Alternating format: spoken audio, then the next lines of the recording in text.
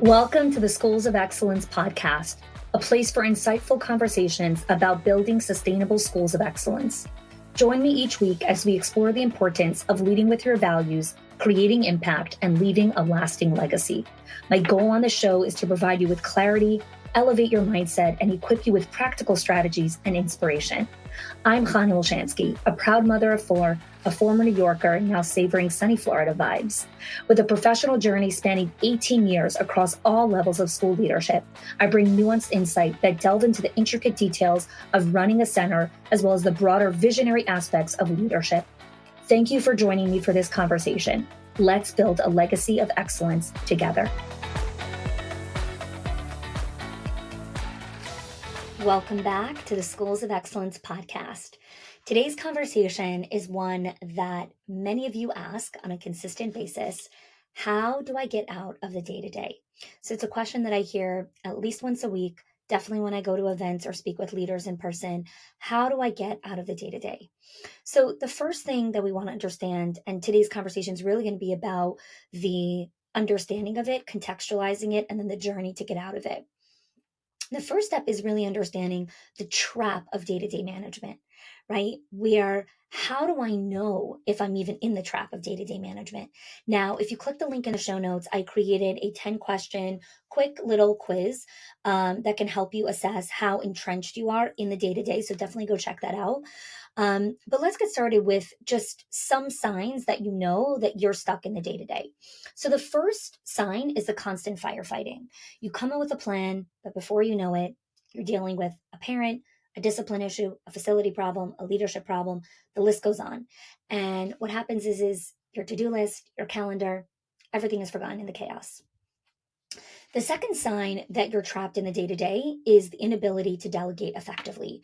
You find yourself doing tasks that should be handled by others, and you don't have the time to train or trust the process of delegation. The third sign that you're trapped in the day-to-day is you're overwhelmed by administrative tasks, paperwork, emails, reports. They pile up and they eat your lunch. They eat all the time that you need to spend on leadership and strategic thinking. And finally, and perhaps probably the most critically, when you're trapped in the day-to-day, you're neglecting long-term planning and strategic thinking. You really know that you need to be focusing on big picture work, and you want to take time to plan what will the school look like in 3 to 5 years from now, but you just don't have the time to do it. And all of this sounds really familiar. I know that you're nodding your head. And it's so common that I really started to call it the cycle of operational quicksand. And the cycle of operational quicksand is, I'm going to paint this visual for you here, okay? It starts when an urgent task arise. So imagine a stack of papers piling up on your desk or the phone ringing off the hook, okay?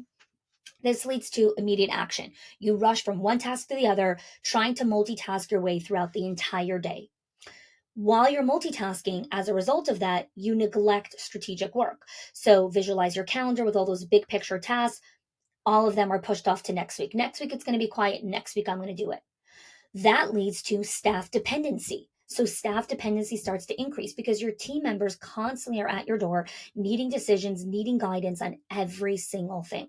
That leads to leader burnout. You feel exhausted. Your energy is depleted like a battery icon on red, right? Either this is you or your director. That leads to lack of systems. Your once organized desk is a mess. Your ideas and tasks are scattered like puzzle pieces. And finally, you come back to where you started, where you have more fires to put out. Small flames pop up all the time, demanding your immediate attention. And so the cycle continues, pulling you deeper and deeper into the quicksand of the day-to-day operations. Okay? Now, you might hear this and say, one day I'm going to get out of this. One day I'm going to be able to figure this out. And what I need to tell you is that it's not one day. Your calendar can be your lifeline out of the quicksand. And so in the rest of today's episode, I'm really going to be exploring with you and showing you how your calendar is not just a scheduling tool. It is a powerful tool for goal alignment action. And we're really going to discuss how we break the cycle, how you delegate effectively, and how you carve out time for strategic work so you can get out of the day-to-day. Okay? So stay with me here. Why do school leaders get stuck? Okay. Why do we even find ourselves in the day to day to begin with? If we have a team and we're staffed appropriately and we have admin and leadership, why are we getting stuck? So there's a couple of reasons. I'll share a couple with you here today. The first is we get stuck in I could do it myself syndrome, right? This is when you believe no one can handle the task as good as yourself. Writing that email, dealing with the sensitive child issue, sensitive parent issue, you think it's quicker if I do it myself. And it is quicker if you do it yourself, but you don't build capacity in your team. And so you build staff dependency. It's really important to understand the consequences of our actions, right? The second reason why leaders find themselves stuck in the day to day is the fear of losing control, because delegating means letting go. And what if something goes wrong? What if it's not done exactly the way you want it to be? And the fear keeps you micromanaging and overly involved in day-to-day tasks. And I talk about this a lot in our Schools of Excellence program. Is delegation is not just about giving the task to the other person. It's understanding the difference between a true mistake and something that needs like attention, and a misdemeanor of like, okay, they missed the ball this time. And I find a lot of young directors or young leaders get very stuck in not understanding the discernment between a mistake and a misdemeanor. And what happens is that they overly criticize and overly give feedback on things that actually should be let go of and should be overlooked, because it's not that big a deal. The other component of why we have leaders get stuck and trapped in the day to day is the guilt factor. A lot of leaders feel guilty about not being as hands on as they used to be when they first started a company. I hear this all the time. I should be in the classrooms more. I should be more visible. The guilt drives you to take on tasks that are horrible use of your leadership time. And the fourth thing is lack of trust in your team members. You might have been burned before. You might have trust issues with your team. Perhaps you invested a lot of time in developing your team and then they left. And what happens is you're like, I'm just going to hold this. And lastly, and what I see more often than not is leaders get stuck because of unclear priorities and goals. And I say this all the time when our leaders join, there's really only 4 or 5 goals that you could ever be working on inside of your center. And I teach this inside of our Schools of Excellence program, because when we don't have clarity on what our actual priorities are, everything is urgent. You end up reacting to whatever comes to your desk rather consistently and proactively focusing on what truly matters. And so you're constantly stuck in the day to day because you don't understand that this doesn't need to happen this week. It can happen in a week from now, in a month from now, in 3 months from now. So you're always stuck in this cycle of trying to catch up or trying to get ahead or trying to push forward, when really that's not the use of your time right now. The use of your time right now needs to be on this leadership goal, and you can't prioritize it. So I want to share with you just a quick personal story. Very early on in my career, when I was working in school leadership, I prided myself on always being available to my staff all the time. My door was always open. And I really thought that that's what made me a very good leader. And one time I had a trusted colleague, and she came into my school and she said, "Honey, when do you have time to think?" And I remember like looking at her like, what? Like, I need thinking time? I was so busy responding to every issue. I had no time for strategic planning, for reflection, for big picture thinking that my school really needed from me. And it was such a wake up call. And I really created so many systems that I teach. Episode 4 on the podcast is the myth of open door policy. I train and coach on this all the time because I was stuck in that day to day management, falling into the trap that we just discussed, because I thought I was irreplaceable. I was afraid to let go of all these things. I was guilty. I felt guilty for not being available 24/7. And most importantly, I did not develop the systems needed to operate my school differently.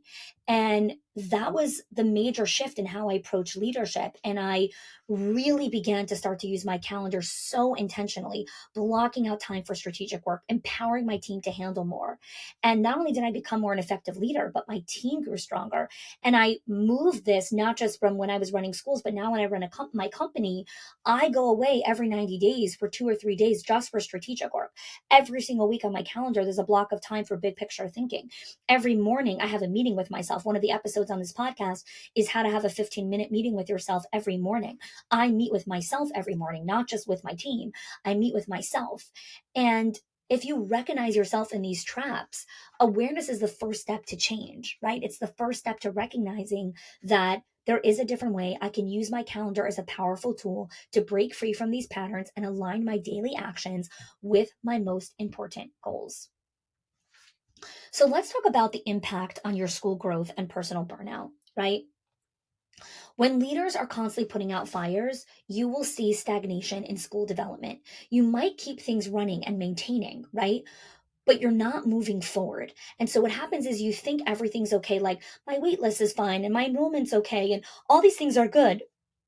And then all of a sudden, your wait list gets wiped out. All of a sudden, 10 parents leave. And you're like, 1 second, I thought we were doing okay.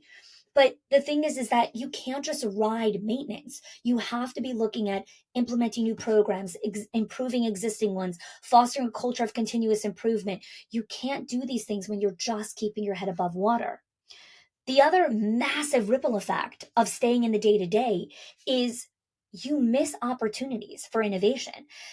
Our educational world is constantly evolving. And if you're stuck in the day to day, you do not have time or mental space to explore new ideas, to implement what's next, to have a deep conversation with a mentor or colleagues. And so what happens is your school is constantly at risk of falling behind rather than being the leader and the Sherpa inside of your community. And again, it's not just that your school is suffering when you're in the day to day. You, as a leader, when you are constantly juggling urgent tasks, it leads to decreased job satisfaction. What happens is you spend your days on admin tasks and putting out fires, and you're like, I didn't sign up for this. And then what happens is you try to mask your dissatisfaction, but that goes hand in hand with increased stress because you're always on, you're always available, you're always responding, you're always responsible. And no human can always be on, always available, always responding, always responsible. It's too much. And so that leads you to exhaustion, emotional fatigue, and you start questioning your career choices. This is why we are seeing so many mass exoduses of childcare leaders selling their centers, closing down their businesses, going out of business.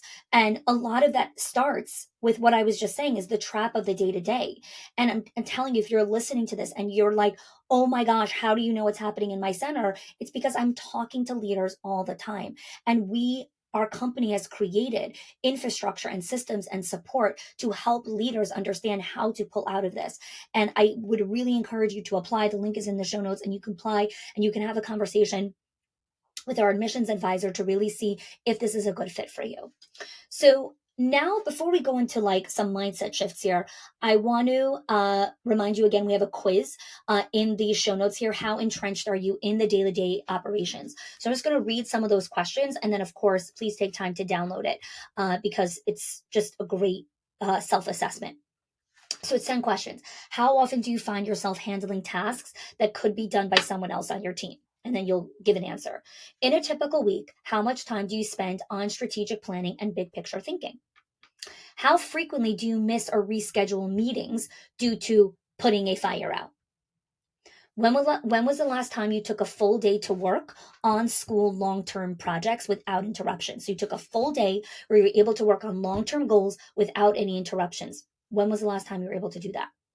How often do you check or respond to emails outside of work hours? In the past month, how many times have you stayed late at work to complete tasks? How comfortable do you feel delegating important projects to your team? How often do you find yourself involved in resolving minor conflicts or issues among staff, children, or families?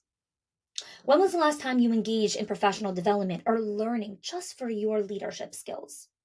And lastly, how frequently do you feel overwhelmed by your to do list? And here's the thing, when you take this quiz and you see where you score, it is going to give you so much clarity of, wow, I really am stuck in the day to day. I really am stuck in this trap. How do I get out of that? The first step is awareness, right? You're recognizing that you're stuck. And then the next step is who's going to support me? Where do I find help, coaching, mentoring, and the right systems and frameworks that I can plug myself and my entire school into so that we can get out of this trap? And that's why I built the Schools of Excellence program, to help leaders understand how to get out of the day-to-day trap and move into being a true leader. And so that brings me into this mindset shift here that I want to talk about, shifting from the doer to the leader. Okay. So let's start with the characteristics of a doer mindset. First and foremost, a doer has a task-oriented focus. They're all about checking items off their to-do list. What do I need to do today? Is their constant question. And while it leads to a sense of accomplishment and a big dopamine hit, it often means the forest for the trees, right? It often means that you're constantly missing the forest for the trees. You see all the trees, but you do not understand how to look at the forest. A doer mindset places a heavy emphasis on personal productivity. They are constantly measuring their worth by how much they got done that day. I answered 50 emails. I attended 3 meetings. I solved 2 student issues today. I responded to 4 parent emails. That is the success of a doer. Their focus is constantly on personal output, and it leads to tendencies to micromanage. Doers want to ensure that everything is done right, which usually means done their way. They hover over their team, they're checking, they're double checking. Delegation is a giant challenge for doers. They believe that it's quicker and easier to do things themselves. By the time I explain it, I could have done it myself. And doers measure success based on personal output. At the end of the day, they say, what did I accomplish, right? It's not what did the school accomplish today, it's what did I do today. And finally, doers tend to engage in short term reactive thinking. They're phenomenal at putting out fires, okay? But they struggle with fire prevention. They are so busy responding to what's happening now, they have basically no time to plan for the future. Those are the characteristics of a doer. And you might see yourself in some of these things like, wow, I really am a doer. Now, the thing is that being a doer, I'm not shaming doers. It's, we need doers on the team. But if you're the leader and the owner, you cannot be the doer. You need to be the leader. A leader has a vision oriented focus, right? Rather than asking what needs to be done today, right? They're checking what are today's actions aligned with the long term vision of the school, right? Again, are today's actions aligned with long-term vision of the school? This is why we need calendar-based management, calendar-based role, which I'm going to be recording some episodes on that. And this is what I specifically and target teach inside of schools of excellence, because it's so easy to say, oh, I want to get out of the day-to-day. Here's how to do it. Stop putting out fires and start asking different questions. This is our superpower. My superpower in schools of excellence superpower is the right questions. Leaders emphasize team productivity and growth. They know that their success is multiplied by others. So instead of trying to do everything themselves, they focus on how to make their entire team more effective. Leaders invest time, so their calendars show time to develop their team members' skills and confidence. Those are the blocks of time on their calendar, right? Delegation is the hallmark of a leader's mindset. They understand that delegation is not about offloading work. It's about matching tasks to strength and developing team members. They measure success on organizational outcomes. At the end of the day, they don't ask, what did I accomplish today? They're asking, did the company move closer to the goals? Did the company move closer to our goals? Well, there's a very easy way to measure that. You look at your entire leadership team's calendars and you look, were their actions today aligned with the long-term goals? This is why we started doing in our company calendar audits. This is a new feature that we're rolling out inside of schools of excellence now, where we are auditing. I am personally auditing the calendars of the leaders to assess, are their actions daily, weekly, monthly aligned with what they say the goals of the company are?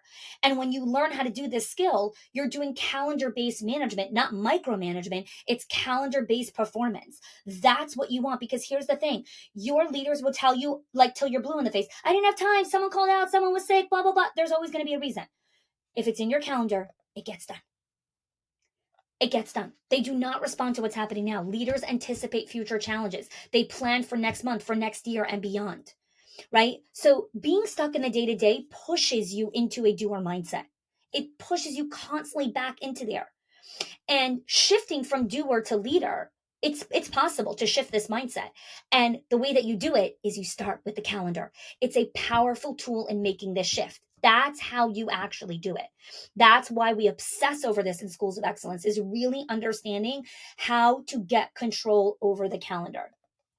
So the last part here that I want to kind of round up today's episode is the strategies for working smarter. So I hear this all the time. Work smarter, not harder. Okay. I don't think 90% of leaders have absolutely no idea what that actually means inside of your calendar. It's a great euphemism. It's a great platitude. What does it actually mean? Well, let's unpack that. Okay, it's such an abstract concept if you don't have concrete examples, and that's what I want to give you here today. What does a working harder calendar look like? A working hard calendar is packed with back-to-back meetings. There are short fragmented blocks of time, or barely any blocks of time. There are very few or no breaks at all. There is reactive time for putting out fires. There's basically no time for strategic planning, and work is typically spilling into evenings, weekends, and vacations. That is the definition of a work harder calendar. Okay. So when people say things like, I want to learn how to work smarter, so I need systems. Oh my God. The next person who says that to me, like, just stop. It's not, I need to work smarter, so I need better systems. No, you need to start with your calendar, my love. Your calendar is a work harder calendar. How do you make a work smarter calendar? Then I'll show you how to create systems. What is a work smarter calendar? A work smarter calendar has time blocks. It has 2 to 3 hours, large blocks of time that are focused on strategic work. They have designated office hours for staff and for parents. They have buffer time, typically 15 to 30-minute gaps between meetings. So there's time for reflection, for preparation, or the unexpected issues that come up. They have regular strategic planning blocks. They have monthly half days or full days for in-depth strategy with their leadership team. They have delegation time on their calendar. They have daily 30-minute blocks of time where they are teaching and training and delegating responsibilities. This is what a work smarter calendar looks like. It's not, I need to create systems. What does that even mean? I need to delegate. Okay, what does that look like? If you're telling me you have a need that you need to delegate, now let's take your calendar and turn it into a work smarter calendar, which means we need to actually make time on your calendar to delegate. A work smarter calendar has team development slots. There are regular slots for mentoring, for coaching, key staff members that you want to support and invest in for promotion. There are personal wellness blocks. There's scheduled lunch breaks. There's time for exercise. There's time for mindfulness. This is what a work smarter calendar looks like. There are blocks of time for communication. There's designated time to answer emails, to answer phone calls instead of constantly being interrupted and constantly being available. A work smarter calendar has boundaries. There's a clear start to the day, a clear end to the day. They have proactive problem solving times where they're regularly meeting with staff to anticipate and prevent issues. And they have community engagement. They have regular scheduled times to build relationships with stakeholders, not just when it's crisis management. And here's the thing, this is just like the tip of the iceberg. Like, this is what I teach extensively inside of our Schools of Excellence program. How do you design a leader's calendar? What should the calendar of an owner look like, of a director, of an assistant director, of a admin assistant, of a curriculum advisor, of a HR specialist, of a staffing specialist, of lead teachers, of mentor teachers, of assistant teachers, of openers, closers? It's all calendar, guys. It is all calendar. You want a team that works smarter, you need to learn how to create a work smarter calendar. Once you know how to do that, then you can mentor and get your entire team to create work smarter calendars. That's the thing that you really, really need to understand as you're trying to learn how to get out of the day to day. Okay, so let's wrap things up. Okay, 3 things that you can do to get out of the day to day. Number 1, implement strategic time blocking. So your first action item is, I want you to look at your calendar. If you don't have a calendar yet, that's fine. Again, click the link in the show notes. You can apply. You and I can have a conversation. We can see if you're a good fit and we can help you design your calendar. But if you do have a calendar and you want to get started with this, is schedule 1 hour block of time for focused high level tasks.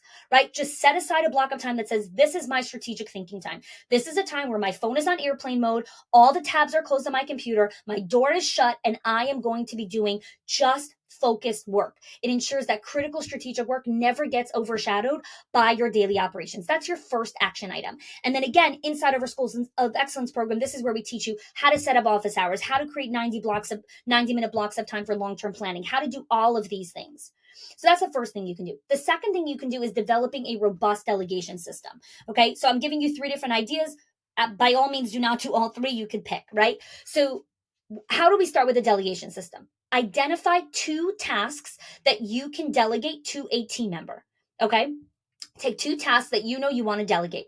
Match the task with the appropriate team member based on their skill set, their development needs. Like, okay, I know that they can do that. Then I want you to open your calendar and schedule a daily 30-minute block where you are going to assign and teach this person how to own this task, not how to do the task. They're not a doer. How to lead this task, which means they're going to learn how to think through the task, how to anticipate issues around the task, and they're going to own the decisions around this task, because whoever owns the decision owns the consequence. They are going to learn how to own it. In those 30-minute blocks, you're going to learn how to create clear guidelines and expectations for that delegated task. And so by the end of the month, you will have freed up time for leadership activities, because now those tasks are no longer on your plate. The third idea that you could do to get out of the day to day is establish a regular review and adjustment routine. What do I mean by that? Well, set up a weekly review session where you are just being reflective on progress, on challenges, on priorities. So that means a 60-minute block once a week, typically on Friday or Thursday, where you're just looking at what worked, what didn't work in my time management, what worked in my delegation efforts, what didn't work. Are there any, identify any tasks or issues where you're like, you know what? I really thought this person would be a great fit for it, but I'm seeing a ton of resistance and I don't know that she's coachable right now. Let me actually see if I want to pick someone else to take this on, right? And so what happens is it helps you maintain focus on leadership priorities and ensures that you do not slide back into operational tasks, right? This is what it means to trust the process. Now, what happens is why so many leaders don't end up making this weekly review is like, I don't have time. I just needed to take care of payroll. I needed to do something. I know you're never gonna have time.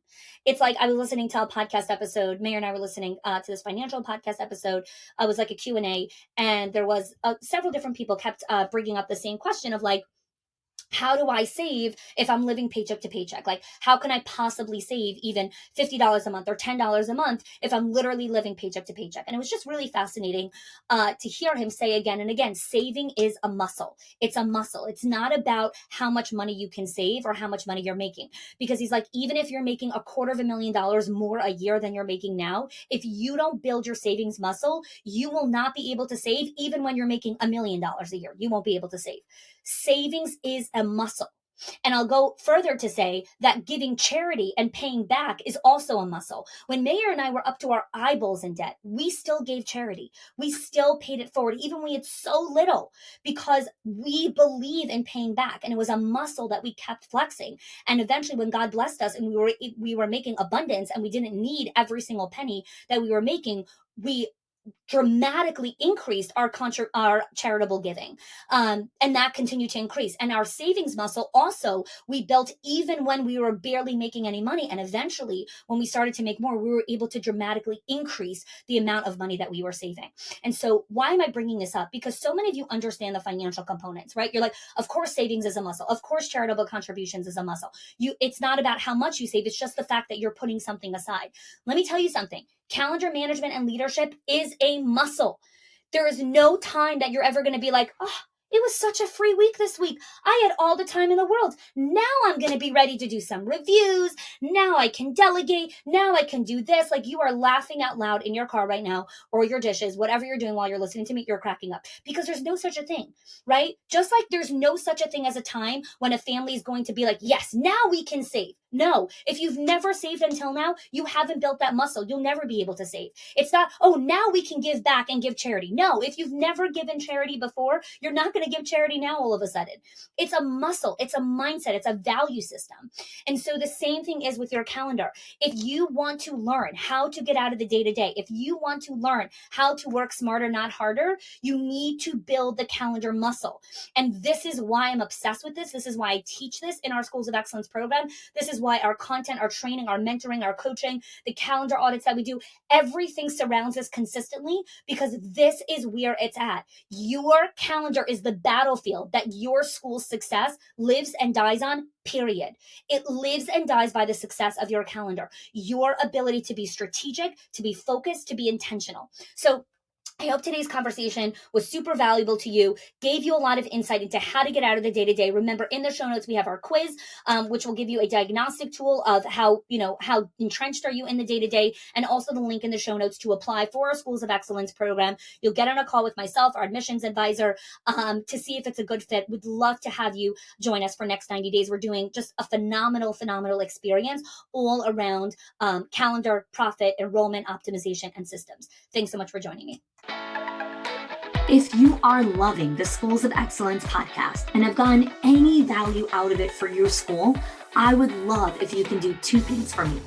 One, subscribe to the show so you never miss an episode. And two, can you please leave us a review? Reviews help other school leaders know that this is the place to learn how to build a school of excellence. And I would be so grateful if you can do that for us. Your help and support makes this show to be able to be listened by the thousands of other school leaders all around the world.